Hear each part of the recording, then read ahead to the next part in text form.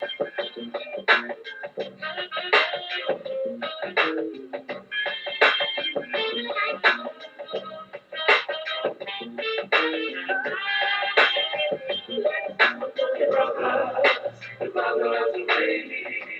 is for the brothers who ain't here.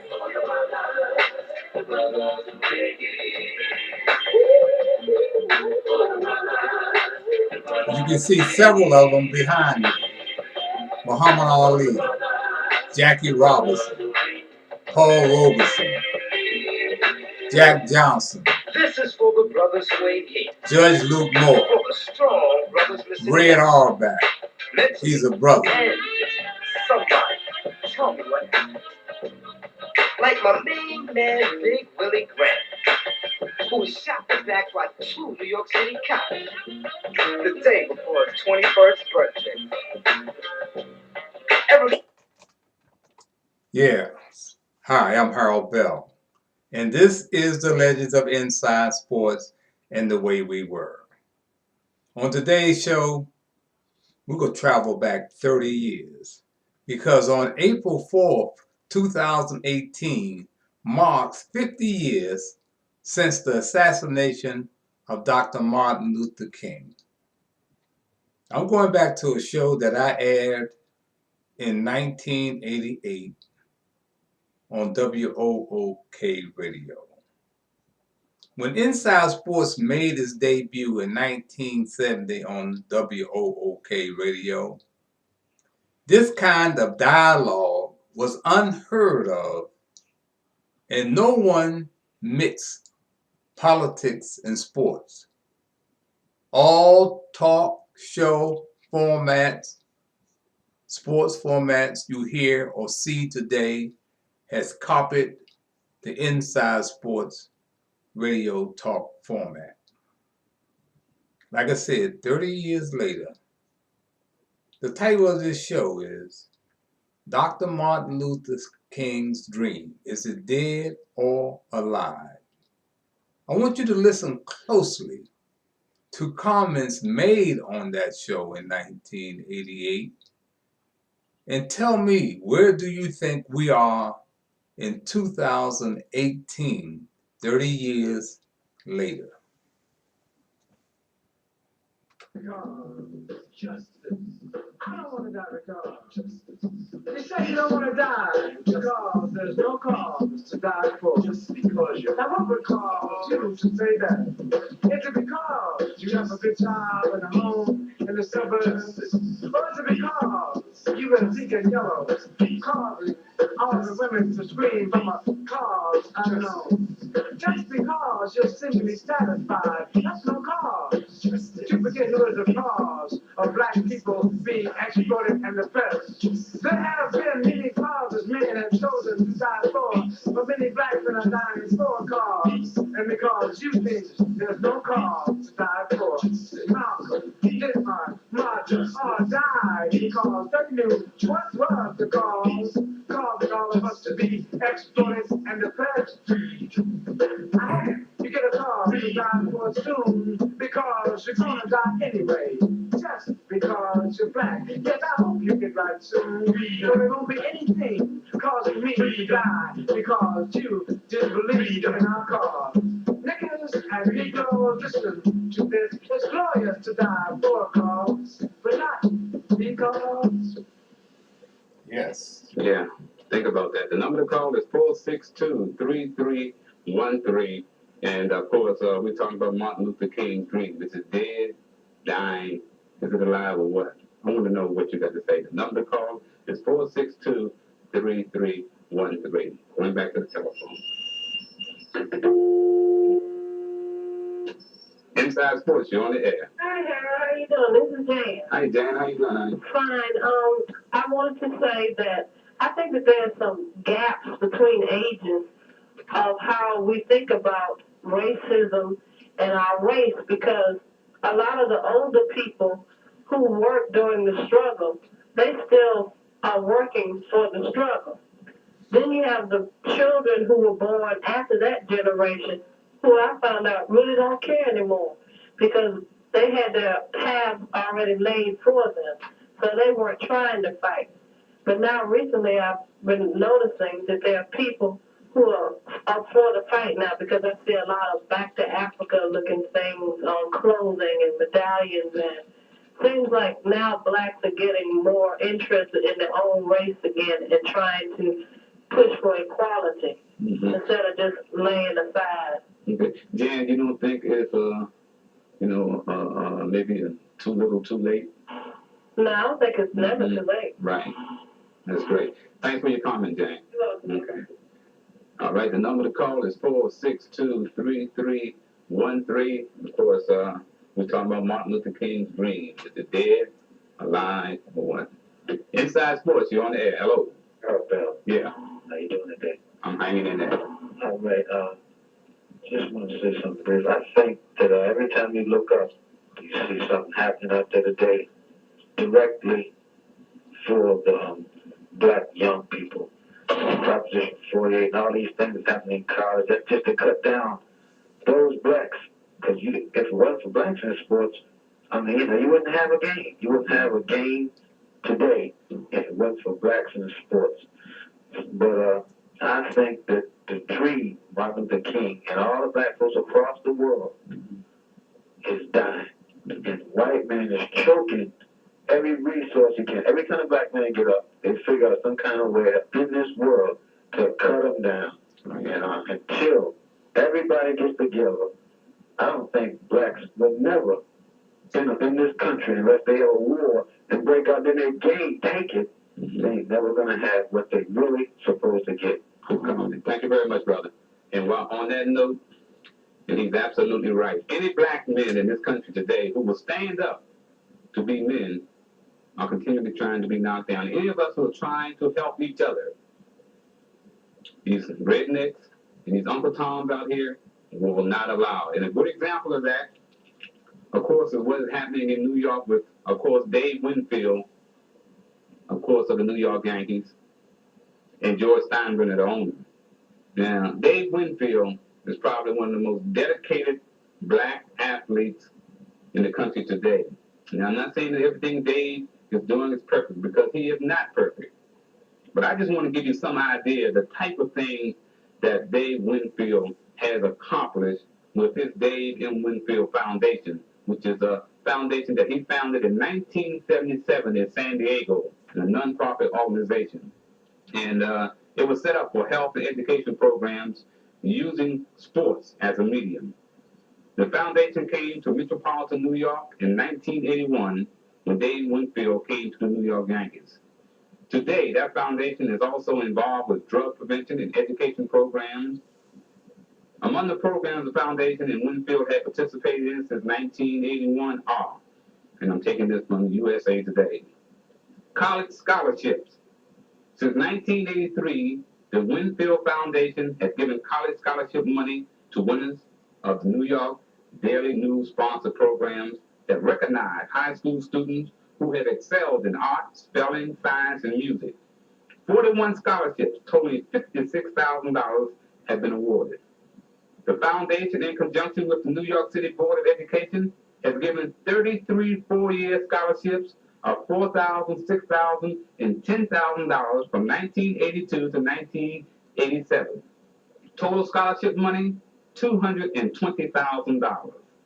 In drug education and prevention, in 1986, the foundation worked with the Drug Enforcement Agency to produce the Say No to Drugs, It's Your Decision video for junior and senior high school students, which Winfield narrated.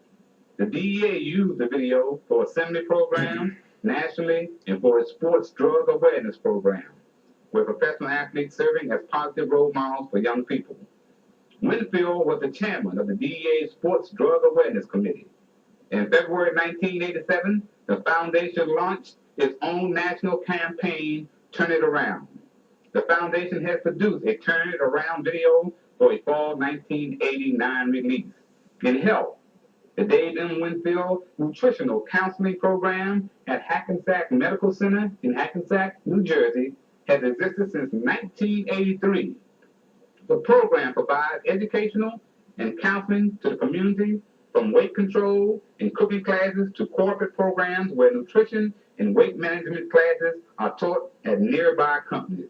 To date, the foundation has donated $150,000 to the counseling program, according to Dennis McCory of the Hackensack Medical Center. The foundation has participated in health fairs in metropolitan New York. The Mount Vernon Neighborhood Health Center in Mount Vernon, New York, was a health fair site in 1983, 84, and 87. Jobs. Dave Winfield has served as spokesman for the 1984 New York City Partnership Summer Job Program sponsored by the Daily News. The program was a success. 27,500 jobs were found for kids. This is what this young man has done. But a guy like George Steinbrenner cannot stand a young black man like Dave Winfield who wants to help other people and does not have to get on his knees and beg Yassa balls. He has, of course, no trade clause in his contract. He makes over $1 million a year. He's a proud black man. They don't want proud black men in this society. So don't believe what you read or hear. Of course, Dave probably has made some mistakes, but he's human. And trying to make a big deal out of him being involved with a gambler and lending him money. So what? We all have friends in all walks of life and we make mistakes. The number to call is 462-3313. Make your comments short, please. Okay, that was an introduction to the show. The Reverend Dr. Martin Luther King, April 4, 2018, will mark 50 years that we lost our Prince of Peace. Where are we 50 years later? According to the Economic Policy Institute, their recent report says Black America has made no progress. Zero progress. This is 50 years after the assassination of Dr. King, 50 years after the Kerner Report,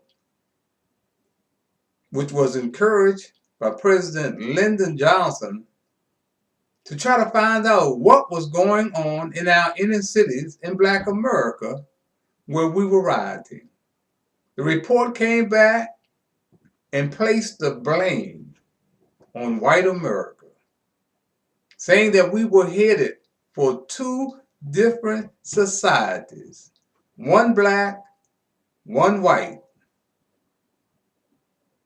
And here we are in 2018. It has become a reality. Now, you heard about the great programs that Dave Winfield, a black athlete, established to reach back to enhance the growth of inner city children. That was 1977. Black athletes first got involved with the community here in Washington, D.C. in 1967 when I brought my homeboy, Dave Bing, NBA Rookie of the Year, back into the Washington community after there had been a shooting at our alma mater, Spingarn High School. Dave was playing in the NBA All-Star game in Baltimore at the time, and I was working with the DC Recreation Department as a roving leader with the Youth Gang Task Force. And when the shooting occurred, my boss called Stanley Anderson, said, Harold, you need to go out there and take care of that. That's your territory. And I came out and I was clueless. These youngsters weren't listening to me. So I had to think of something. And it hit me that Dave Bing was playing in the NBA All-Star game right next door in Baltimore. So the next morning, I drove to Baltimore and waited outside of the arena until Dave and Bob Lanier appeared going to practice. And of course, he was surprised to see me. He said, Harold, what's happening? And I told him, I said, I need you to come to D.C. After the All-Star game on Sunday. And Monday morning, I need you to come to D.C. and talk to these kids at Spingarn because they're talking about revenge for the shooting of one of their of one of theirs. He said, okay, I'll be there. That was the first time that I had encouraged black athletes to get involved in the community. They walked into the Spingarn Auditorium on that Monday morning, and the kids gave him a standing ovation. Now you say, why would these kids give Dave Bing a standing ovation? Because they had just seen him on national television playing in the NBA All-Star game, and they were proud that one of theirs was seen on national television. Dave's words of wisdom to the student body settled everything down and brought peace back to the community. Willie Wood, 1967, a DC homegrown native Washingtonian playing for the Green Bay Packers. Great safety. Green Bay Packers won the NFL championship. And during the off season, Willie Wood would come home to get a second job because NFL players weren't making the obscene money that these guys are making today. So Willie would come home and teach school, or he would become a member of the DC Recreation Department Roving Leader Program. And I'll never forget, 1968, Willie Wood, my co-worker, and I were standing on the corner, April 4th, enjoying a bright, sunshiny day after having a sandwich at a place called Chez Maurice, which was in a restaurant where the in crowd hung out. Well, Willie and I were standing out on the corner just taking in the sun, and everybody was honking their horns at Willie because Willie was well known in Washington, D.C., and he was a member of the Green Bay Packers. Well, after about 20 minutes, someone rode by and yells out of a car, "Hey, Harold, they just shot and killed Dr. Martin Luther King in Tennessee." Willie and I looked at each other. We didn't know what was going on. Was this just some damn fool acting crazy or what? But as people spilled from the Chez Maurice restaurant, they confirmed they had just seen it on television. And Willie and I both knew that we were in for some tough times in the inner city. Within an hour, U Street corridor was on fire. So now we had to make a decision. This is something that we were not accustomed to. And we called our boss and asked him, what should we do? And Stan Anderson said, Harold, you and Willie need to stay out there because you guys are both high profile, you're well known, and you may be able to save a child's life.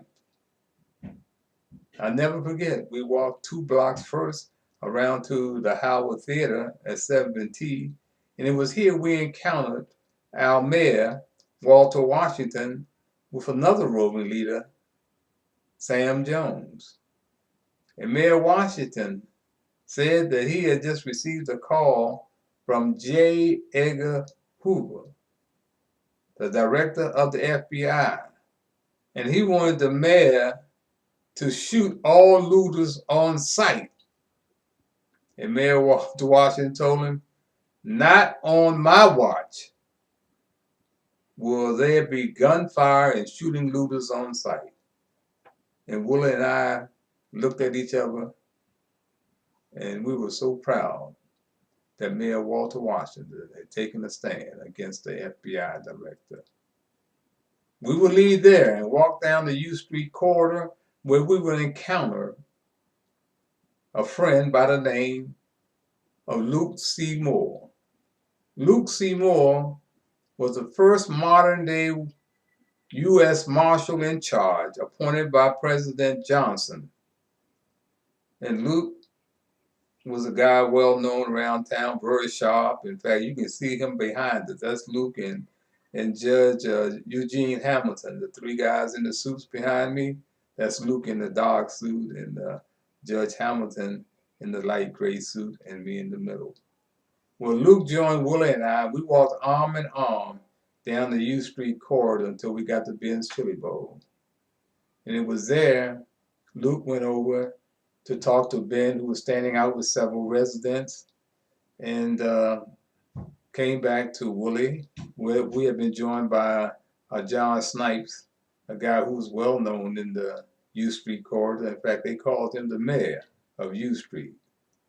John was a friend. And Luke told us that Ben had told him that he had been ordered to close down. Every business was to close down. And Luke could not understand why should Ben have to close down? Because if we bringing in troops and having a law enforcement on the streets, they needed somewhere to eat, which made sense to us. And Luke said, "I'll be right back." And of course, when he came back, he said he had spoken to the President of the United States, and that President Johnson said it was okay for Ben's Chili Bowl to stay open. Ben's Chili Bowl was the only business to stay open, allowed to stay open during the riots. That's where community involvement really took off for me, the riots. I was given a police badge by my friend, the Assistant Chief of Police, Tillman O'Brien, called me down to the station, and I didn't have any idea why Tillman wanted to see me at the 4th District Station.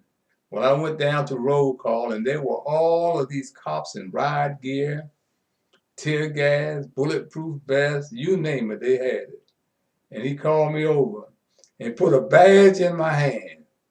And I said, "What's happening, Chief?" He said, "Harold, we're going to need you out there. Everybody in the community knows you, and we need you for support." I said, "Chief, you want me to go back out there with a gun, without a gun?" I said, "You want me to go?" He said, "Harold, I'm not authorized to give you a gun, but you'll be all right." And he stroked my ego, and I went back out there for 4 days with nothing but a badge that helped me get through the barricades, police barricades and military barricades. We had the fewest deaths of any city in the country during the riots. So when you stop and think about the sacrifices made by so many, and you ask 50 years later, is the dream of Dr. Martin Luther King dead or alive? Why is it that the #1 theme song in America is "We Shall Overcome" 50 years later? Let's go back to the radio show and take some more calls.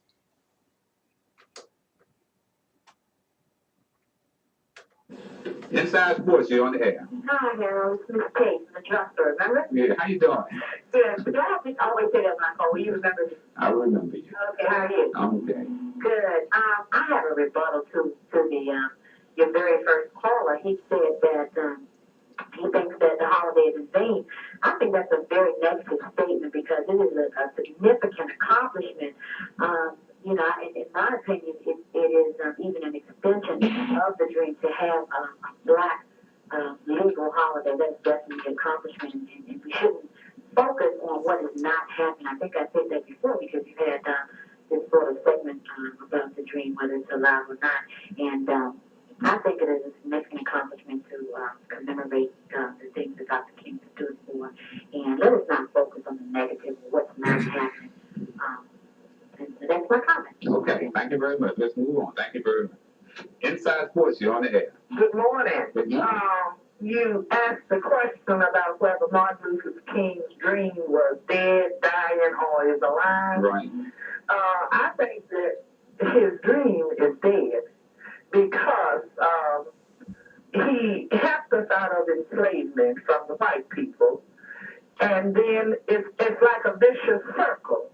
Evil took over, and alcohol and so forth, and now our young people are into the drugs. Mm-hmm. So what's happening is that it's killing out our young people, and what the cause that he posed, what he done for us is just dead because it gave them some freedom that they were not used to having, and things just took over. Okay, that's a good comment. Thank you very much. Yeah.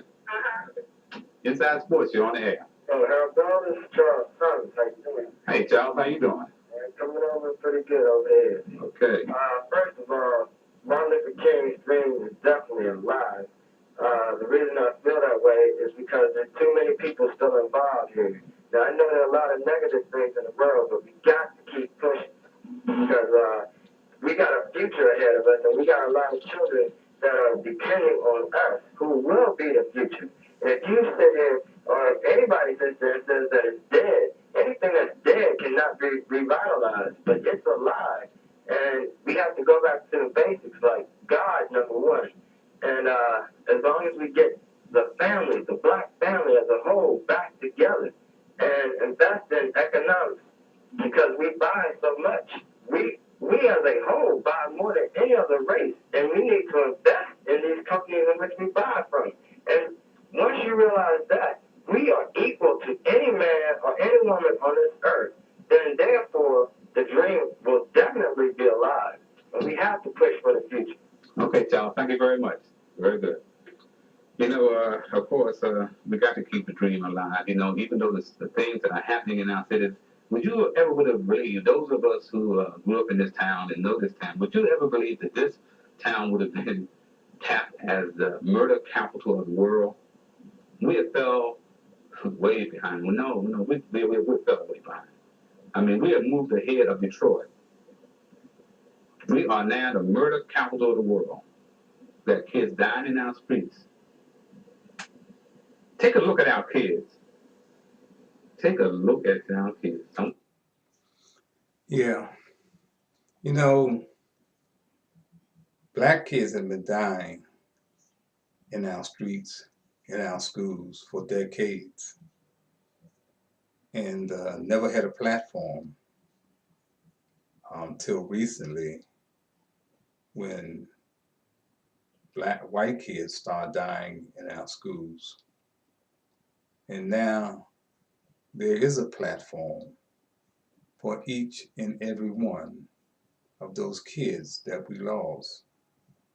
And I think we're headed in the right direction because the adults have let our children down. See, one thing you got to understand,